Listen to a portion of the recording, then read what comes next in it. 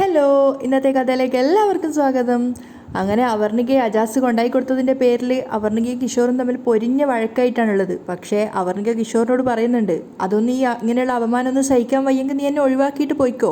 അതും എൻ്റെ ഡാഡി നമ്മുടെ രണ്ട് പേരുടെയും പേരിൽ എഴുതിയിരിക്കുന്ന സ്വത്തുക്കൾ എനിക്ക് തിരിച്ചു നൽകിയതിന് ശേഷം.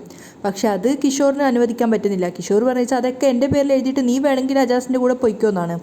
അപ്പോൾ അവർണിക ദേഷ്യത്തോടെ പറയുന്നുണ്ട്, അത് നിൻ്റെ അച്ഛൻ ഉണ്ടാക്കിയതല്ല, എൻ്റെ അച്ഛൻ ഉണ്ടാക്കിയതാണെന്ന്. മാത്രമല്ല കിഷോർ പറയാണ്, ഇതൊക്കെ ഞാൻ നിൻ്റെ ഡാഡിയോട് പറയുന്ന സമയത്ത് അവർണിക വെല്ലുവിളിക്കുകയാണ്, നീ പോയിട്ട് പറ, എന്നിട്ട് വേണം എനിക്കും ധൈര്യമായിട്ട് നിൻ്റെ കാര്യങ്ങളെക്കുറിച്ചൊക്കെ എൻ്റെ ഡാഡിയോട് പറയാൻ. അങ്ങനെ പറഞ്ഞു കഴിഞ്ഞാൽ തീർച്ചയായിട്ടും ആ സ്വത്തുക്കളൊക്കെ തൻ്റെ പേരിൽ നിന്ന് നഷ്ടപ്പെടും എന്നുള്ളത് കിഷോറിന് അറിയുന്ന കാര്യമാണ്. അതുകൊണ്ട് തന്നെ അവർണികയുടെ ഭീഷണിക്ക് മുന്നിൽ തലതാഴ്ത്താനേ കിഷോറിന് നിർവാഹമുള്ളൂ.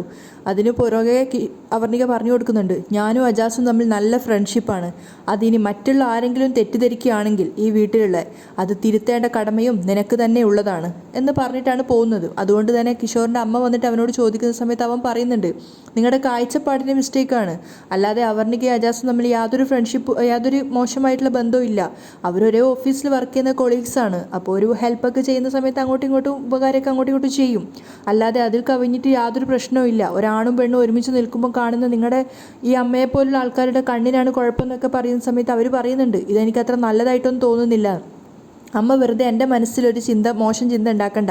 അവർണിക അങ്ങനെ മോശമായിട്ടുള്ളൊരു പെൺകുട്ടിയൊന്നുമല്ല, അവർണിക വളരെ നല്ല പെൺകുട്ടിയാന്നൊക്കെ പറഞ്ഞ് കിഷോർ അമ്മയെ വേഗം തന്നെ ബ്ലോക്ക് ചെയ്യാണ്.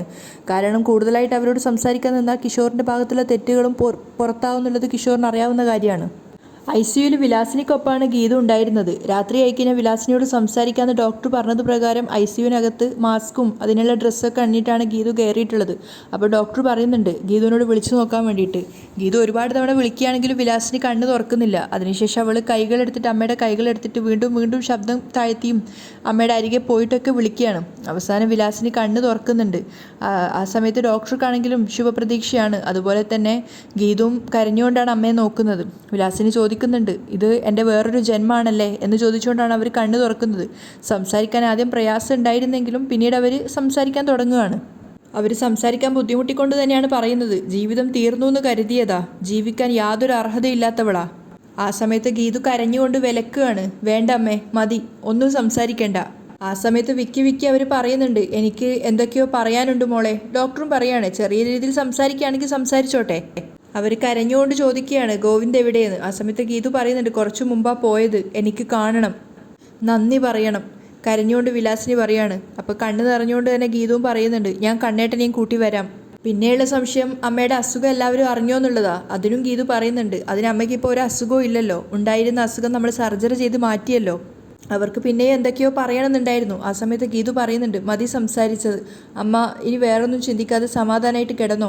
എന്നിട്ട് ഗീതു പോകാൻ ശ്രമിക്കുമ്പോഴേക്കും ഗീതുവിൻ്റെ കൈകളിൽ പിടുത്തിട്ടുകൊണ്ട് അവർ പറയുന്നുണ്ട്, മോൾ എന്നോട് കുറേയൊക്കെ സംസാരിച്ചുകൊണ്ട് ഇവിടെ നിൽക്കാമോ എന്ന്. ആ സമയത്ത് ഗീതുവിന് അവരോടൊരു ചെറിയ കുഞ്ഞിനോട് തോന്നുന്ന വാത്സല്യമാണ് തോന്നുന്നത്. അതിനുശേഷം ഗീതു അവരോട് എന്തൊക്കെയോ കാര്യങ്ങൾ ഇങ്ങനെ പറഞ്ഞുകൊണ്ടിരിക്കുമ്പോൾ തന്നെ ആ സെഡേഷനിൽ അവർ മയങ്ങി പോവുകയാണ്. ഗീതു അവരുടെ നെറ്റിയിൽ ഉമ്മ വെച്ചിട്ട് പുറത്തേക്ക് ഇറങ്ങി വരുന്ന സമയത്ത് ഭദ്രൻ ആരോടോ കോളിൽ സംസാരിക്കുകയാണ്. ഭാര്യയുടെ ഓപ്പറേഷൻ 20 ലക്ഷം രൂപ ആവശ്യമുണ്ടെന്നും 15 ലക്ഷം അയാളുടെ അക്കൗണ്ടിലുണ്ടെന്നും ഇതിനൊരു 5 ലക്ഷം കൂടിയാണ് ആവശ്യമെന്നും ഗോവിന്ദ് നാട്ടിലില്ല, പുറത്തൊരു വിദേശ ടൂറിലാണെന്നൊക്കെയാണ് അയാൾ പറയുന്നത്. ഗോവിന്ദ് വന്ന ഉടനെ ആ പണം അയച്ചു തരാമെന്നൊക്കെ പറയുന്ന സമയത്ത് അങ്ങേ തലക്കലൊന്നും പണം കൊടുക്കാമെന്നൊക്കെയാണ് പറയുന്നത്. പക്ഷെ അത് കേട്ടുകൊണ്ടാണ് ഗീതു വരുന്നത്. അതുകൊണ്ട് തന്നെ കോള് കട്ടായതിനു ശേഷം ഗീതു അയാളോട് ഹാർഷായിട്ടാണ് സംസാരിക്കുന്നത്. നാണയില്ലേ അച്ഛന് അമ്മയുടെ പേരും പറഞ്ഞിട്ട് ഇങ്ങനെ എല്ലാവരുടെ അടുത്തും കടം വാങ്ങിക്കാൻ? അപ്പം അയാൾ പറയുന്നുണ്ട്, എന്തിനാ മോളെ നാണിക്കുന്നത്, കടയല്ലേ വാങ്ങിക്കുന്നത്, തിരിച്ചു കൊടുക്കും, അയാൾ അഹങ്കാരത്തോടെ പറയാണ്. അപ്പം ഗീതു ചോദിക്കുന്നുണ്ട്, അങ്ങനെ എത്ര പേർക്ക് തിരിച്ചു കൊടുത്തിട്ടുണ്ട്? മറ്റുള്ളവർക്ക് മുന്നിൽ യാചിച്ച് സ്വയം നാണം കെടുക്കുക മാത്രമല്ല, കണ്ണേട്ടനെ കൂടി നാണം കെടുത്തുന്ന പരിപാടിയാ അച്ഛനിപ്പോൾ കാണിക്കുന്നേ. അപ്പം അയാൾ പറയാണ്, ഞാനിനി ആരോടും യാചിക്കുന്നില്ല, എനിക്ക് ജീവിക്കാൻ വേണ്ടി ഒരു 10-50 കോടി രൂപ എൻ്റെ അക്കൗണ്ടിലേക്ക് ഇടാൻ നിന്റെ കെട്ടിയോനോട് പറ. ഗീതു വെറുപ്പോടെ അച്ഛനെ നോക്കുകയാണ്. അപ്പം അയാൾ പറയുന്നുണ്ട്, പിന്നെ ഞാനും നാണം കെടില്ല, എൻ്റെ മരുമോനും നാണം കെടില്ല. ഗീതുവിൻ്റെ ആ നോട്ടം കണ്ടപ്പോൾ തന്നെ ഭദ്രന് മനസ്സിലായി പന്തികേടാണെന്ന്. അതുകൊണ്ട് തന്നെ വേഗം ഭക്ഷണം കഴിക്കാമെന്ന് പറഞ്ഞിട്ട് അയാൾ അവിടുന്ന് എസ്കേപ്പ് ആവുകയാണ്. ആ സമയത്താണ് ഗീതുവിൻ്റെ ഫോണിലേക്ക് രഞ്ജുവിൻ്റെ കോൾ വരുന്നത്. അപ്പോഴേക്കും ഗീതുവിൻ്റെ മൂഡൊക്കെ ചേഞ്ച് ആവുകയാണ്. പുഞ്ചിരിച്ചുകൊണ്ട് അവൾ കോൾ അറ്റൻഡ് ചെയ്യുന്നുണ്ട്. ആ രഞ്ജു എന്നൊക്കെ പറയുന്ന സമയത്ത് രേഖ പറയുന്നുണ്ട്, രഞ്ജു മാത്രമല്ല ഞാനിവിടെ ഉണ്ട്. എന്താ രേഖച്ചെന്ന് ചോദിക്കുന്ന സമയത്ത് അമ്മയുടെ അവസ്ഥ എന്താ മോളെ എന്ന് ചോദിക്കുകയാണ്. അപ്പം അമ്മയെ ഞാൻ ICU കയറി കണ്ടു, അമ്മേനോട് സംസാരിച്ചു, ഒരുവിധം അമ്മ നോർമലാണ് എന്നൊക്കെ പറയുന്ന സമയത്ത് രഞ്ജുവിനും രേഖക്കും ഒക്കെ ഒത്തിരി സന്തോഷമാവുന്നുണ്ട്, ഗീതുവിൻ്റെ അമ്മ റിലാക്സ് ആയി എന്ന് കേട്ടപ്പോഴും. അപ്പം രഞ്ജു പറയുന്നുണ്ട്, അമ്മ സുഖമായിരിക്കുന്നു എന്ന് അറിഞ്ഞപ്പോഴാണ് ഗീതു ഒരു സമാധാനമായത്. അപ്പോൾ ഗീതു പറയാണ് ആ സങ്കടം മാറിയത് ഇപ്പോഴാണ്. അത് കഴിഞ്ഞ ശേഷം അവൾ ചോദിക്കുകയാണ് കണ്ണേട്ടൻ എന്താ ചെയ്യുക, ഫുഡ് കഴിച്ചോ എന്നൊക്കെ. ഇല്ല, ഇത്ര നേരമായിട്ട് കഴിച്ചിട്ടില്ല എന്നൊക്കെ രേഖ പറയുന്നുണ്ട്. മാത്രമല്ല രഞ്ജു ചുമ്മാ കളിയാക്കുകയാണ്. ഹോസ്പിറ്റലിൽ വിഷമിച്ചിരിക്കുന്ന പ്രിയതമയെ സമാധാനിപ്പിക്കാൻ കഴിയാത്തതിൻ്റെയും അവൾ അടുത്തില്ലാത്തതിൻ്റെയും വിരഹദുഃഖത്തിലായിരിക്കും ഗോവിന്ദേട്ടൻ. ആ ദുഃഖം കാരണം ആഹാരം തൊണ്ടയിൽ നിന്നും ഇറങ്ങില്ലായിരിക്കും. അപ്പോൾ ഗീതു പറയുന്നുണ്ട് രഞ്ജു നീ കളിക്കല്ലേ, ഞാനിപ്പോൾ അമ്മയുടെ അടുത്ത് ഹോസ്പിറ്റലായതുകൊണ്ടാ, അല്ലെങ്കിൽ അവിടെ വന്നിട്ട് ഞാൻ പൊട്ടിച്ചു തന്നേനെ. ഗീതുവിന് ചെറുതായിട്ടൊക്കെ ചമ്മലുണ്ട്. അപ്പോൾ രേഖയും പറയുന്നുണ്ട് കുറച്ചു മുമ്പ് ഞാൻ ആഹാരം കഴിക്കാൻ വിളിക്കാൻ പോയ സമയത്ത് ഗോവിന്ദേട്ടൻ അടച്ച കിളിയെ പോലെ അങ്ങോട്ടും ഇങ്ങോട്ടും ചിറകിട്ടടിക്കുകയായിരുന്നു. അപ്പോഴേ മനസ്സിലായി നിന്നെ കാണാത്തതിൻ്റെ വിരഹത്തിലാണെന്ന്. അപ്പോൾ രഞ്ജു വീണ്ടും കളിയാക്കാണ്. ഇപ്പോൾ രണ്ട് ഭാഗത്തും ഒരുപോലെ വിരഹമാണ്. അതിനുശേഷം രഞ്ജു കളിയാക്കിക്കൊണ്ട് ഗാനങ്ങളൊക്കെ ആലപിക്കുന്ന സമയത്ത് ഗീതു പറയുന്നുണ്ട് അയ്യോ ആ ഗാനം നീ ഇത്രയും വികൃതാക്കല്ലേ രഞ്ജു. അപ്പോൾ രഞ്ജു ആലോചിച്ചുകൊണ്ട് പറയാണ് ഞാനന്ന് ഹോസ്പിറ്റലായിരുന്നപ്പോൾ നീ ബൈസ്റ്റാൻഡറായിട്ട് കൂടെ നിന്നില്ലേ, അന്ന് ഞാൻ കണ്ടതാ. നിന്നെ കാണാതിരിക്കാൻ ഒരു നിമിഷം പോലും കാണാതിരിക്കാൻ വയ്യാതെ എന്തൊക്കെയോ കള്ളം പറഞ്ഞ് ഗോവിന്ദേട്ടൻ ഹോസ്പിറ്റലിലേക്ക് വന്നത്. അതിനേക്കാൾ കുറച്ചുകൂടി കൂടിയ അവസ്ഥയിലായിരിക്കും ഇപ്പോൾ. നീ നോയിക്കോ, അധികം താമസിയാതെ ആളുടനെ അവിടെ എത്തും. അപ്പോൾ ഗീതു പറയുന്നുണ്ട് കണ്ണേട്ട വരാനുള്ള സാധ്യതയൊന്നുമില്ല. അപ്പോൾ രഞ്ജു പറയുന്നുണ്ട് വരികയും ചെയ്യും, അന്നത്തെ പോലെ രണ്ടുപേർക്കും തട്ടുകടയിൽ പോയി ആഹാരവും കഴിക്കാം. ഗീതുവിന് ആഗ്രഹം ഉണ്ടായിരുന്നു, പക്ഷേ ഗോവിന്ദ് വരുമോ നമുക്ക് സംശയമാണ്. അപ്പോൾ രേഖ പറയുന്നുണ്ട് എൻ്റെ പൊന്നു ഗീതു, നീ മനസ്സുകൊണ്ട് അതിയായി ആഗ്രഹിച്ചാൽ ഉറപ്പായിട്ടും ഗോവിന്ദേട്ടൻ അവിടെ എത്തും. അപ്പോൾ ഗീതു പറയാണ് എൻ്റെ മനസ്സിൽ ഒരുപാട് ആഗ്രഹമുണ്ട്, എൻ്റെ കള്ളിപ്പൂങ്കുയിലേ നിൻ്റെ കെട്ടിയോനെ ഞങ്ങൾ അങ്ങോട്ടേക്ക് അയക്കാം എന്നൊക്കെ രഞ്ജു പറയുന്നുണ്ട്. അപ്പോൾ ഗീതു പറയാണ് ഒരു പ്രതീക്ഷയോടെ എങ്കിൽ പിന്നെ ഞാനിവിടെ വെയിറ്റ് ചെയ്തിരിക്കും കേട്ടോ, ഭക്ഷണം കഴിക്കാതെ കണ്ണേട്ടൻ വന്നിട്ടേ ഞാൻ ഭക്ഷണം കഴിക്കുള്ളൂ. അപ്പം രേഖ പറയുന്നുണ്ട് എങ്കിൽ പിന്നെ അതുവരെ നിനക്ക് ബോറടിക്കാതിരിക്കാൻ വേണ്ടി നിൻ്റെ കണ്ണേട്ടൻ്റെ വിരഹതാപ പ്രകടനങ്ങളൊക്കെ ഞങ്ങൾ ഇവിടുന്ന് ഫോട്ടോസ് എടുത്ത് അയച്ചു തരാം. അത് കേട്ടപ്പോൾ ഗീതുവിന് ഇൻട്രസ്റ്റ് ആവുകയാണ്. എങ്കിൽ വേഗം അയച്ചതാ. അങ്ങനെ രേഖയും രഞ്ജുവും കൂടെ നേരെ ഗോവിന്ദിൻ്റെ മുറിയിലേക്ക് പോവുകയാണ്.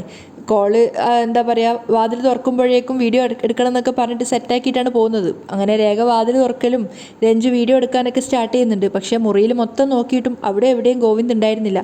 അങ്ങനെയെങ്കിൽ ഗീതുവിനെ കാണാൻ വേണ്ടി കാറും എടുത്ത് പോയിട്ടുണ്ടാവുമെന്നാണ് അവർ ഉറപ്പിക്കുന്നത്. അങ്ങനെ ആരോടും പറയാതെ പോവും, എന്തെങ്കിലും കള്ളൊക്കെ പറഞ്ഞിട്ട് പോയിട്ടുണ്ടാവും എന്നൊക്കെയാണ് രേഖ പറയുന്നത്. നമുക്ക് ഗോവിന്ദേട്ടൻ്റെ കാറുണ്ടോ പോർച്ചിൽ നോക്കാമെന്ന് പറഞ്ഞിട്ട് രണ്ടുപേരും കൂടെ ബാൽക്കണി വന്ന സമയത്താണ് രണ്ടുപേരെയും ഞെട്ടിച്ചുകൊണ്ടൊരു കാഴ്ച. അയ്യപ്പേട്ടനുമായിട്ട് നന്നായിട്ട് മദ്യപിക്കുകയാണ് ഗോവിന്ദ്. പൂസായിട്ട് ആളെ ഏതോ ലോകത്താണുള്ളത്. രണ്ടുപേരും പാട്ടൊക്കെ പാടി അർമാദിച്ച് കുടിക്കുകയാണ്. രണ്ടുപേരും കൂടെ അർമാദിച്ച് കുടിക്കുന്ന കണ്ടപ്പോൾ രേഖ പറയുന്നുണ്ട് ഗീതുവിനെ കാണാത്തതിൻ്റെ വിരഹത്തിലായിരിക്കും പാട്ട് പാടിയിട്ട് കള്ളു കുടിക്കുന്നതെന്നൊക്കെ. അപ്പോൾ രഞ്ജു പറയാണ് പിന്നെ ഈ കള്ളുകുടിയിൽ എവിടെയാ വിരഹഗാനം, ഇത് ഗീതു ഇവിടെ ഇല്ലാത്തതിൻ്റെ ആഘോഷമാണ്. എങ്കിൽ പിന്നെ ഇത് വീഡിയോ എടുത്ത് നമുക്ക് ഗീതുവിന് അയച്ചു കൊടുത്താലോ. അങ്ങനെ അവർ രണ്ടുപേരും കൂടി പ്ലാൻ ഇടുകയാണ്. ഈ വീഡിയോ എടുത്തിട്ട് ഗോവിന്ദിൻ്റെ ഈ കള്ളക്കളി പുറത്താക്കണം എന്ന് വിചാരിച്ചിട്ട് അവർ രണ്ടുപേരും കൂടി അതൊക്കെ വീഡിയോ എടുത്തിട്ട് ഗീതുവിന് അയച്ചു കൊടുക്കുകയാണ്. എന്ത് തന്നെയായാലും ഇത് ഇന്നത്തോടെ അവസാനിപ്പിക്കണം, ഇനി ഗോവിന്ദേട്ടൻ കുടിക്കില്ല എന്നൊക്കെയുള്ള കുടിപ്പിക്കരുത് എന്നൊക്കെ തീരുമാനിച്ചിട്ട് അങ്ങനെ വീഡിയോസൊക്കെ എടുത്തിട്ട് ഗീതുവിന് സെൻഡ് ചെയ്യുന്ന ആ സമയത്ത് ഗീതു അവിടെ ചിന്തിച്ചുകൊണ്ടിരിക്കുന്നത് ഗോവിന്ദുമായിട്ട് പ്രണയത്തോടെ നടക്കുകയാണ്.